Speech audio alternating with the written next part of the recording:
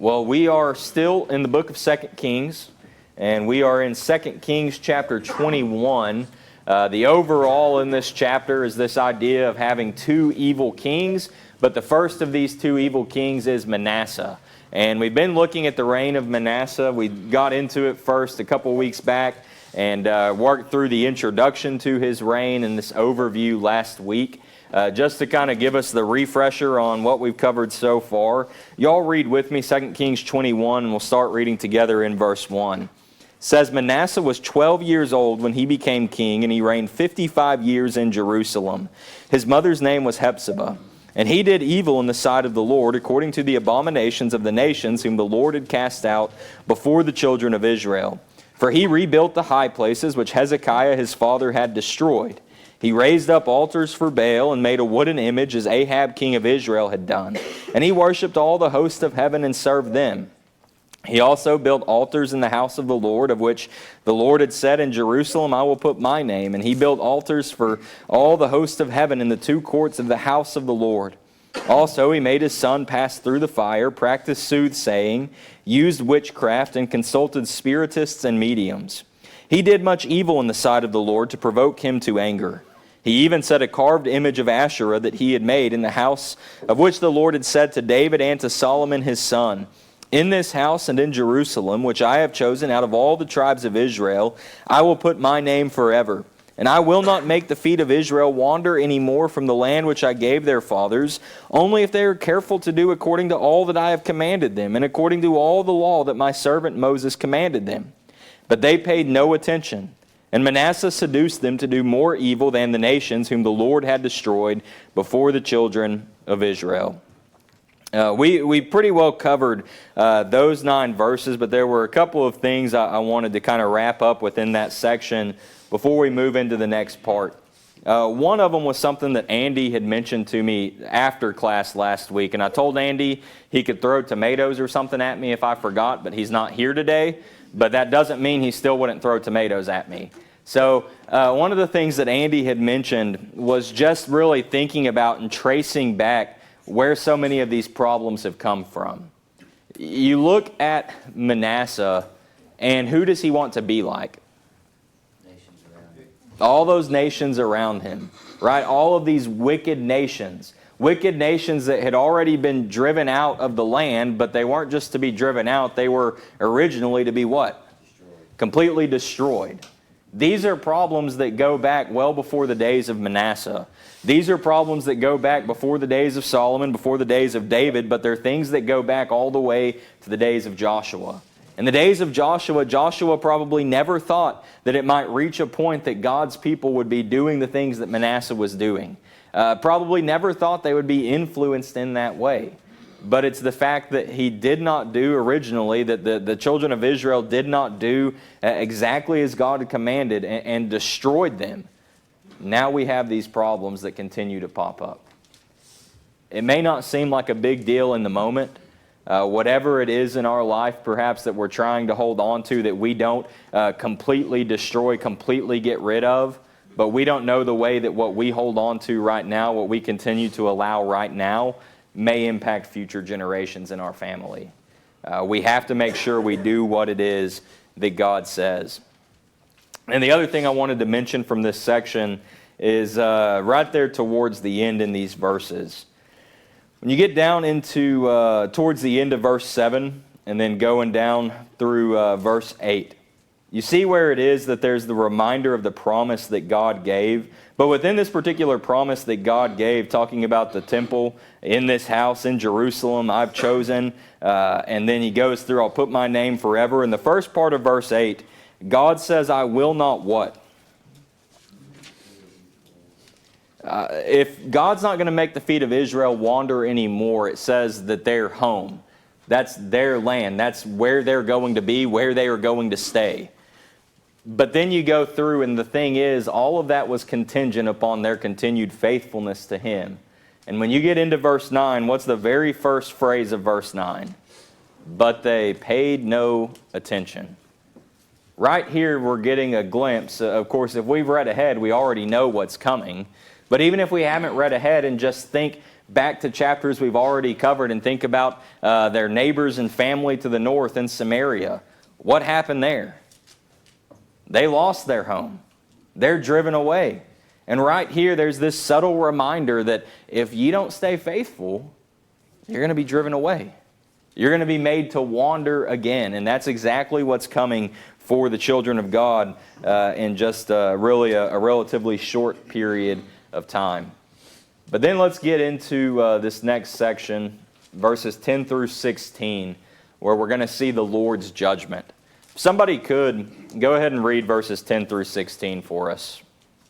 And the Lord spoke by his servants the prophets, saying, Because Manasseh king of Judah has done these abominations, he has acted more wickedly than all the Amorites who were before him, and has also made Judah sin with his idols. Therefore thus says the Lord God of Israel, Behold, I am bringing such calamity upon Jerusalem and Judah, that whoever hears of it, both his ears will tingle. And I will stretch over Jerusalem the measuring line of Samaria, and the plummet of the house of Ahab.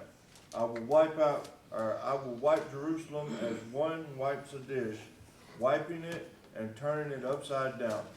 So I will forsake the remnant of my inheritance, and deliver them into the hand of their enemies, and they shall become victims of plunder to all their enemies, because they have done evil in my sight, and have provoked me to anger since the day their fathers came out of Egypt, even to this day.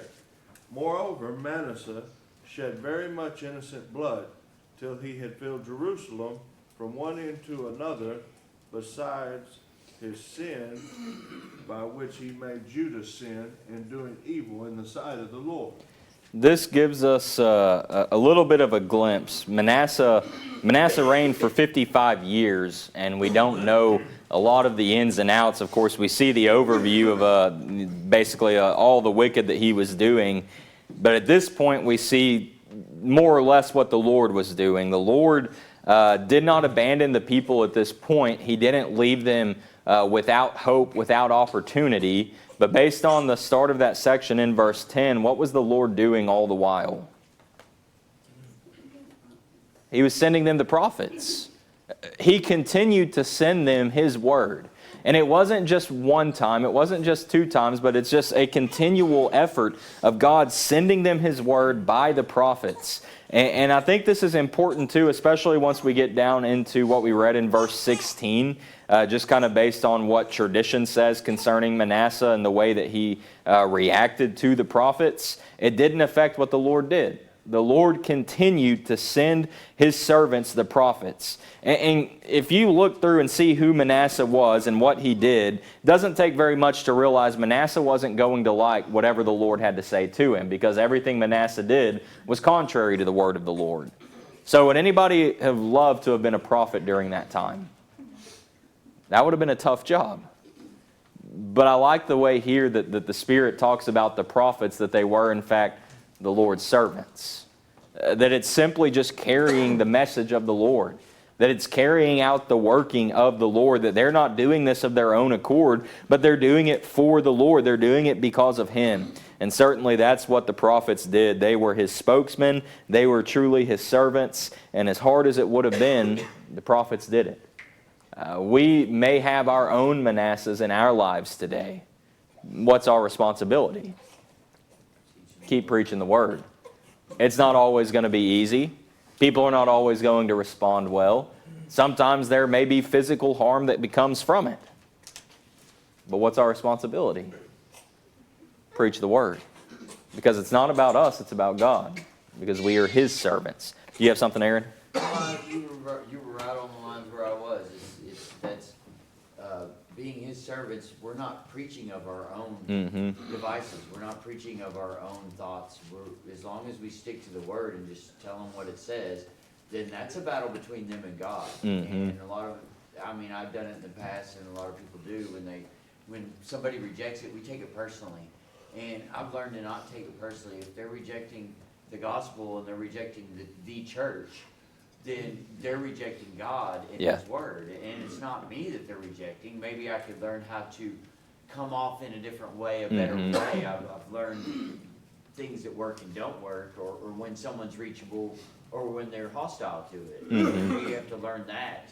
That's the human aspect that we have to take in. But in the end of the day, when it's all said and done, they either obey the word or they don't, and that's a battle between them and God. Right, and it's a challenge for us to keep that perspective, because in those moments whenever somebody doesn't like what the truth says and someone's going to reject the message that's taught, 9 times out of 10, who are they going to kind of lash out at? The messenger. Whoever it is that brought the truth to them, because that's who they see, because that's who they're associating it with. If you're the one that takes the truth to someone, they're going to probably take it out on you if they don't like what you have to say. That's because, in part, sometimes there's kind of the guilty conscience there that's bringing that about. But at the same time, it's a lot easier to take it out on the person that you see, the person that's right in front of you, than God, who we don't see in that same way. Does that make sense? To recognize that that's where it is it's coming from a lot of time. But Aaron, right to your point, we have to keep in mind it's not us, it's God. And the thing is, whenever it is that they're acting that way toward us, God knows that it's not them acting that way to us, it's them acting that way to Him. Think about Saul, whenever it is in Acts chapter 9, and the Lord is speaking to him there in the bright light and everything else. He says, "Saul, Saul, why are you persecuting me?" Well, Saul was persecuting the people who were preaching Christ. But the Lord understood that was a persecution directly of Him. Did I see your hand, David? And then I'll go Jared. To what Aaron was saying, when you've got somebody that won't respond, you can't take it personally. You've got to move on. There's greener grass out there. Shake the dust off your feet, move on, and don't labor on it. Mm-hmm. I mean, it's good to come back and visit, but it's not you. Right. And different personalities, it seems like, always take it differently. Right? Some of us are kind of like ducks and the water can just roll right off of our back. Some of us, though, that's not so easy. Sometimes everything just kind of sticks to us and just seems to stay with us. And that's something I believe is important that we know about ourselves, because that can help us better prepare whenever we go speak to someone. There may be a lot more preparation I have to do. My prayers probably need to be more specific for me to recognize, however they take it, to understand and remember it's not me, right? That I'm doing this for Him. And like you say, whenever it may be that there's a poor response that happens, can't let that stop us, right? Shake the dust off our feet. We see that throughout the book of Acts, that the apostles and the disciples did it, and go on to the next place. And then, like you say, I appreciate how you bring up, sometimes you come back and visit it. Sometimes you come back because as time goes on, someone may become more receptive. But we always make sure what we're doing is keeping in mind we're servants for Him. Jared, and then I'll come to you, Johnny. It's a lot easier for somebody to take out frustration on something that's there present. Yeah. Something tangible, something physical. Yeah. So it's just the immediate response. They're going to lash out at what's right there before them much sooner than they're going to lash out at God. Yeah. You know what I mean? I mean, I think about Jeremiah, and it's a lot easier for the king to put Jeremiah in the stocks and put him in prison when he doesn't like what he has to say than it is to try to take God and put Him in the stocks, right? Like you say, it's easier to do it to the one that's right there in front of us. Johnny? Y'all are on the same wavelength. What do they say? Great minds think alike. Is that right? Well, let's keep thinking through this, because, of course, that's just focusing and thinking about these prophets. But then we see, what it is that they're bringing specifically to Manasseh. And right out the gate, I mean, the prophets are coming and mentioning the fact that Manasseh is doing these abominations. And we have there in the parentheses in the New King James Version just that reminder of just how bad and how much of an abomination it was that he was doing. He was more wicked than all the Amorites who were before him, and he made Judah sin with his idols.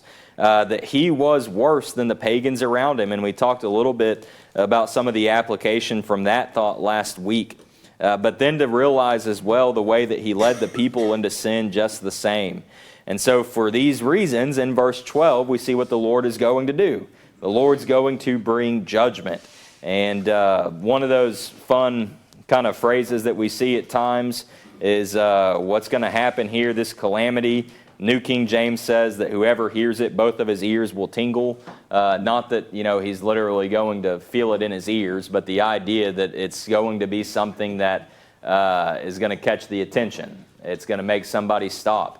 That everybody's going to hear about it. Everybody's going to know about it. And as he goes on to speak about this judgment and this calamity that was coming upon Jerusalem and Judah, verse 13, he talks about how he's going to stretch over Jerusalem the measuring line of Samaria, the plummet of the house of Ahab. One writer that I saw on this talked about how God, as the divine architect, was going to go in and basically examine the building, examine Judah and Jerusalem, and find it no better than a condemned building that needed to be brought down. That's what he's doing. He's going in and he's going to see how does everything measure up. But there's already within this the mention that it's the measuring line of where? Samaria. What happened to Samaria? They got wiped out. They got destroyed. They got taken and carried away into captivity. And then you have the plummet line here. And whose plummet line is it? Ahab. The house of Ahab. What happened to Ahab?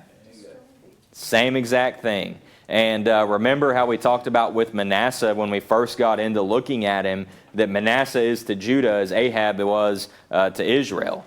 And so all we have right here are all of these signs that are showing us exactly what is coming.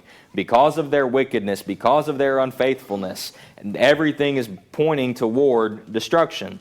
And then at the end of verse 13, it talks about, kind of gives us another image, right? The image of the measuring line and the plummet line may not necessarily make sense in our mind, but I would hope that we've all at least cleaned some dirty dishes before.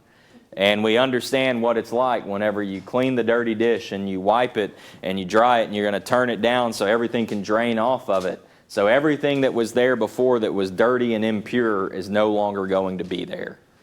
They say, cleanliness is next to godliness. We don't find that verse in the Bible, but we do see that God knows how to clean dirty dishes. So we need to learn how to clean dirty dishes, right? Anyway, AG, you do a great job on First Sunday, by the way. AG works hard back there. He does good. But we see this picture, though, that's here. All of the filth, all of the wickedness, God's going to get rid of it. It's time for something new. It's time for a change. And all of that is coming, this calamity, all of this destruction. Just as the north was taken, so too will Judah and Jerusalem. Go, Brandy, and then I'll come to you, Johnny. Like in verse 11, it says there at the end, he has also made Judah sin with his idols. That again goes back to the importance of good leadership and making sure that the leadership you're following, because it's not just on the leadership, it's too to make sure that you're aware of the leadership you're following is following God's leadership. Right. And just, the people were following their king. Yeah. Not God. And the thing through all of this is when the prophets came, the prophets were not just going to the king himself, right? The word of the Lord was not something that was only being said behind closed doors within the king's house. No, these are things that are being said everywhere. Everybody had opportunity, but everybody was more willing, I guess we would say, to follow Manasseh, to follow his lead, which was not taking them in the right direction. And yeah, that thought about the importance of good leadership, I mean, that's something we see throughout Manasseh's life and the way that he led the people astray. Because the people aren't going to have an excuse, well, this is what our leadership did, so this is what we did. That's not an excuse, but Yeah. we all have our own individual responsibilities, but when you're in a position of leadership. And it's a lot easier to follow and to just go along with it than it is to try to change it, try to do something different about it. And I mean, that's true for us today, but it was true for them too. And the way that Manasseh was, if you spoke out against him, you probably weren't going to be living much longer. I mean, that's just the reality of it. And we'll talk a little bit more about that, especially once we get into verse 16. But before that, Johnny, you had something, brother? I was going to say, it mentions there in verse 6 about him making his son pass through the fire. Mm-hmm. of those idols they called Molech.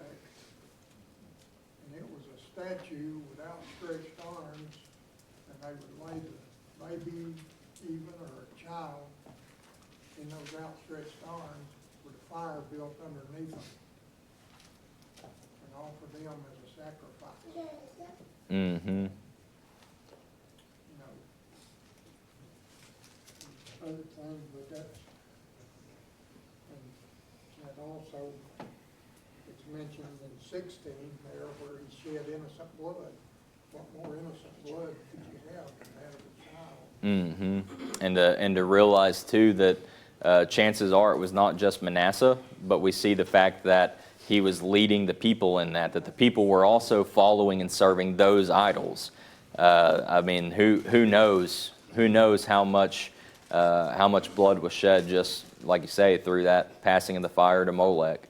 And there's a lot that goes into it, and it's some heavy stuff when you start looking and really diving into all of that.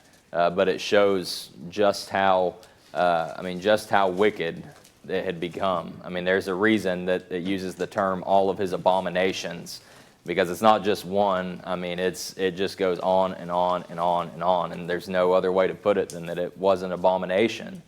And I mean, all of this is important for us to consider too, especially as we keep working toward the end, because there's something about Manasseh that we don't always talk about or don't always think about once we get down toward the end of his life. So all of this is good, kind of working toward a lot of that. You had something, brother Ben? Oh, I was kind of skipping forward to 17, but I was bringing up 2 Chronicles 33. And I'll get to that in a moment. Okay. All right. So yeah, that's where I was saying we're going to get to that here in just a little bit. Restored after perfidy. Yeah, with some of that. Yeah. So we'll get there here in just a minute. Mom. It just, when it was talking about that measuring line and the plummet of the house of Ahab, it just reminded me of the prophets. Amos, I know, talks a lot about that plummet line, or the plumb line. Vision of the plumb line. And then in Zechariah, it talks about it's in in chapter 3, somewhere in chapter 3. I thought it was verse 3. But anyway, oh no, it's chapter 2. Yeah, the vision of the measuring line. It just made me think of those. I don't know if there's any relationship. It's just some of that imagery, Yeah. and there's the relationship too, that it's essentially God's going through in His detailed work of. I mean, it's a way to show the people that He has weighed it out. He's gone in and He's measured it up. He's seen, okay, are things still level, or does the foundation need to be repaired? Are there cracks in it? Is it not standing like it should? And so it shows that it's not just kind of a haphazard, willy-nilly kind of thing that He's going in and going to take them out. But no, it's been weighed, it's been counted, it's been measured and been surveyed, and it needs to go. It needs to be replaced. And so that's kind of how all of it goes. If I can tell on myself, that and Amos with the plumb line, for the longest time, I always just in my head was thinking like, why is there a plum tree just going through the city? That was my frame of reference there. Done any surveying? No, I've never done any surveying. I've never done anything like that. Like I say, that was probably until like a couple of years ago that it finally hit me. I was like, that has nothing to do with a plum tree. But anyway, my mind. That's word association, things I don't use all the time. But anyway. Yeah, so I love this whole thing right here because it shows the long suffering of God. Yeah. And we need to remember that. We're talking, when he says since the days of Egypt, so what, 800 to 1200 years? Yeah. That he sat here and was patient with these people, even though they just kept turning astray, and here they are sacrificing their own children again, and they're doing the things that he's told them and sent them prophets, and he's over and over. And so it's just a good lesson to us that look, God is long suffering, but when the cup is full, It's the full. cup is full. It's full. And that same thing in our lives, like how many times are you going to take the advantage of God when He has rescued you time and time again. Yeah. Do not test God, because at some point your cup is full. Yeah. And He is going to let you suffer the consequences of your actions.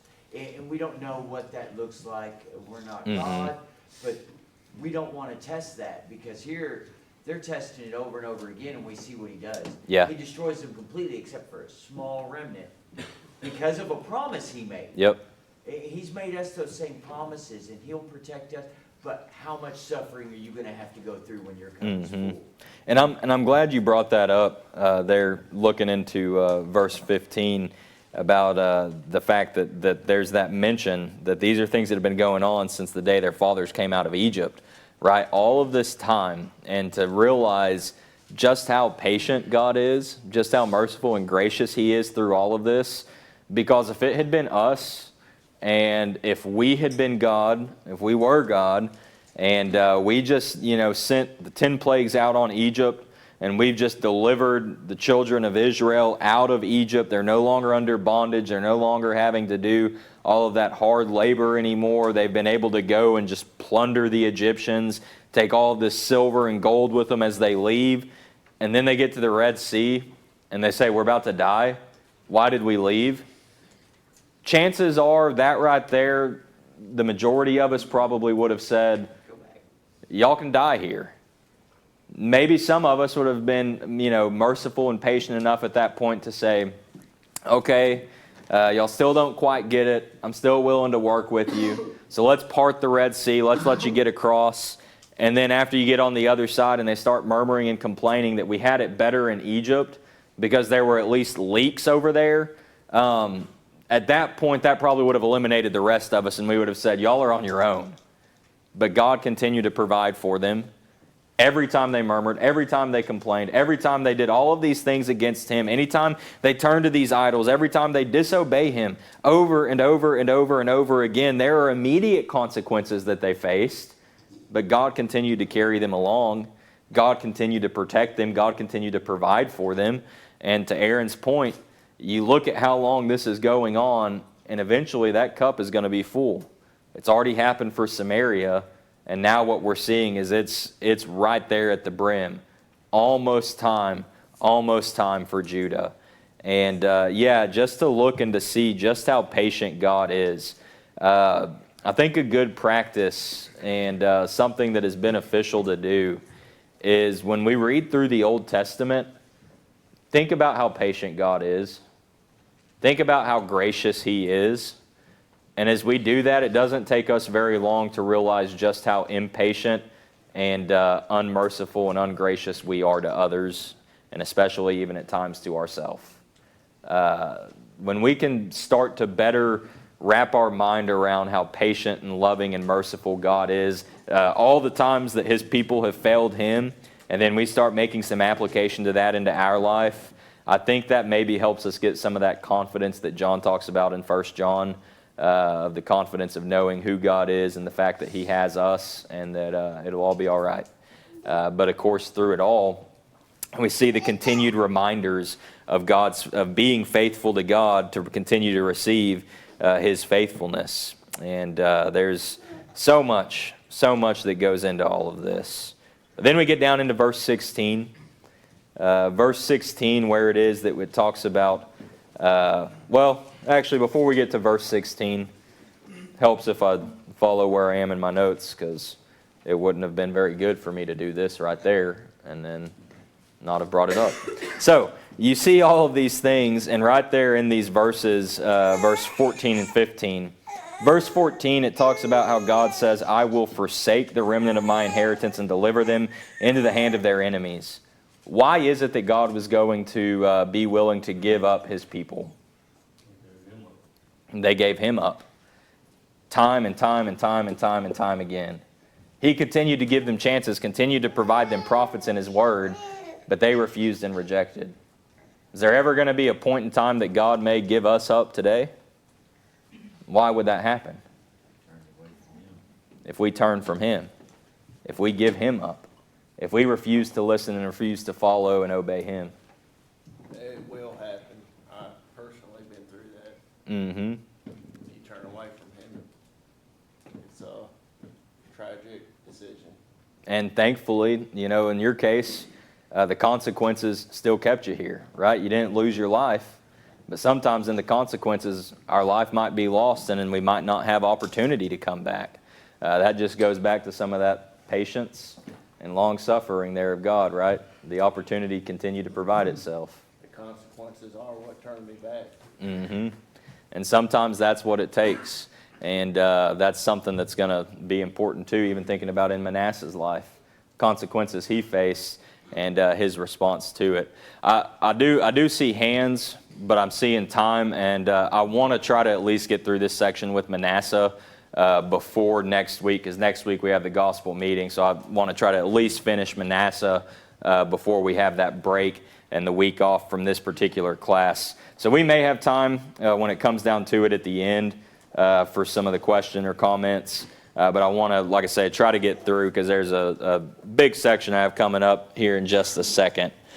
So verse 16 with Manasseh talks about how almost just as like kind of an aside, like on top of everything else, moreover, Manasseh shed very much innocent blood till he filled Jerusalem from one end to the other, besides his sin by which he made Judah sin in doing evil in the sight of the Lord. So right there at the end, Brandy, back to your point earlier, you see another glimpse of that thought about leadership and how it's important to have good leaders because the people are going to follow more often than not. And then, Johnny, you had brought up the fact that Manasseh was passing the children through the fire, offering them to Molech. And so a lot of times in verse 16, that's kind of the connection that's made there. And I do believe that's part of the connection. But when you get back into some of the history and some of the tradition, it's said that Manasseh was doing much more than just that. Josephus, the Jewish historian, concerning this time frame, he says that Manasseh not only murdered all the righteous men of Judah, but he killed the prophets daily until Jerusalem was overflowing with blood. And so all these prophets, go back to verse 10, all these prophets that the Lord was sending to Manasseh and to the people, what does history say Manasseh was doing to them? He was killing them. Also, if you go back into some of the history and some of the tradition, it's said that Manasseh is the one who had everything put in place to take Isaiah, the prophet Isaiah, and literally saw him in two. So you go then to Hebrews chapter 12, and you get into the end of Hebrews chapter 12 where you have the mention of all those who were faithful, and it doesn't specifically name them, but just mentions what they went through, what they endured. How much of that, I wonder, is coming from this time frame when the Lord's prophets were being persecuted like no other? Now, having all that in mind, how much harder would it have been to have been a prophet during that time and to speak the truth regardless of the consequences? Something that we all need to consider in case that time ever arises again. But then let's go into verses 17 and 18, where we'll see the rest of Manasseh's reign. Somebody read verses 17 and 18 for us. Now the rest of the acts of Manasseh, all that he did, and the sin that he committed, are they not written in the book of the Chronicles of the kings of Judah? So Manasseh rested with his fathers and was buried in the garden of his own house, in the garden of Uzzah. Then his son Amon reigned in his place. So this is just kind of the typical concluding formula for one of these kings and their history. More they could have looked up, more they had in their records that we don't have, but we have what we need to know. Manasseh was wicked, more wicked than any other, and he led the people astray in all of that wickedness to the point that they were all more of an abomination than the people around them that had been driven out that the Lord destroyed before them. But one of the things that the Kings does not mention, but the Chronicles does, and this is where Ben was going just a moment ago, is turn to 2 Chronicles 33. And this is one of those places where there's some additional things that we learn about Manasseh, that we learn about these kings. And I don't know exactly why it is that we're going to see this in the Chronicles, but we do not see it in the Kings. I don't know what the exact reason is, but I'm thankful that we do see this in the Chronicles. 2 Chronicles 33, y'all start reading with me in verse 10. And the Lord spoke to Manasseh and his people, but they would not listen. Therefore the Lord brought upon them the captains of the army of the king of Assyria, who took Manasseh with hooks, bound him with bronze fetters, and carried him off to Babylon. Y'all remember some of the pictures I've shown y'all from some of the reliefs that have been found where the Assyrians literally took them with hooks in their mouth or hooks in their nose and led them off. That's what's happened to Manasseh here. Took him with hooks, bound him with fetters, carried him off to Babylon. Verse 12. Now when he was in affliction, he implored the Lord his God and humbled himself greatly before the God of his fathers and prayed to him, and he received his entreaty, heard his supplication, and brought him back to Jerusalem into his kingdom. Then Manasseh knew that the Lord was God. After this, he built a wall outside the city of David on the west side of Gihon in the valley as far as the entrance of the fish gate, and it enclosed Ophel, and he raised it to a very great height. Then he put military captains in all the fortified cities of Judah. He took away the foreign gods and the idol from the house of the Lord, and all the altars that he had built in the mount of the house of the Lord and in Jerusalem, and he cast them out of the city. He also repaired the altar of the Lord, sacrificed peace offerings and thank offerings on it, and commanded Judah to serve the Lord God of Israel. Nevertheless, the people still sacrificed on the high places, but only to the Lord their God. What did Manasseh do? He repented and was restored. He turned it around. To Andrew's point, the consequences in Manasseh's life brought him to a realization he had to change. He humbled himself. And the Lord heard and the Lord answered. How wicked and how bad was Manasseh? The worst. I mean, he's not anybody any of us would have wanted to be around. Nobody that we would want leading us. He's the type of leader that, in today's day and age, we'd be sending drones over there to take him out. But what's Manasseh do at the end? He changes in a big way. And we know it's true because his actions prove it. He didn't just say it. He didn't just pray the prayer to get out of Babylon, get back to Jerusalem, and then let everything be like it was before. Manasseh got rid of it all. He tore down the high places. He got rid of the idols. He restored repaired the altar there. He began offering the sacrifices that needed to be offered up. He has the people telling them they need to do the same. But the people only followed him to a point. I'm going to talk more about that when we get into Ammon, his son, Lord willing, in a couple of weeks, right after the gospel meeting. But I want us to realize with Manasseh, the fact that Manasseh is able to repent, there's something that ought to teach us. What might we learn from that? It doesn't matter how bad you go, how far into sin you fall, you can always come back. You just have to make the decision to. You can always come back. And that goes back to what Aaron brought up a moment ago about the long suffering of the Lord. You can always come back no matter how far. Chances are none of us have really even come close to matching the abominations of Manasseh. We've maybe started, to dip our toe in that water, but we've not gone all the way in as he did. But it was not too late for Manasseh to come back. It's certainly not too late for us to come back. We can learn from it. We can follow that example. It just requires our humility and requires that true repentance where the actions and the evidence in our life changes. And one last thing on Manasseh. Here's some evidence archaeologically. He shows up in these Assyrian records. These are Esarhaddon's records here. Shows up in both of those. And then same thing from another king, Ashurbanipal, shows up in there as well. And so that's just some archaeological evidence. Further stuff, we know Manasseh was real. And let's follow Manasseh's example at the end and not the beginning. So next week is the gospel meeting. Lord willing, in 2 weeks, we'll pick up looking at Ammon.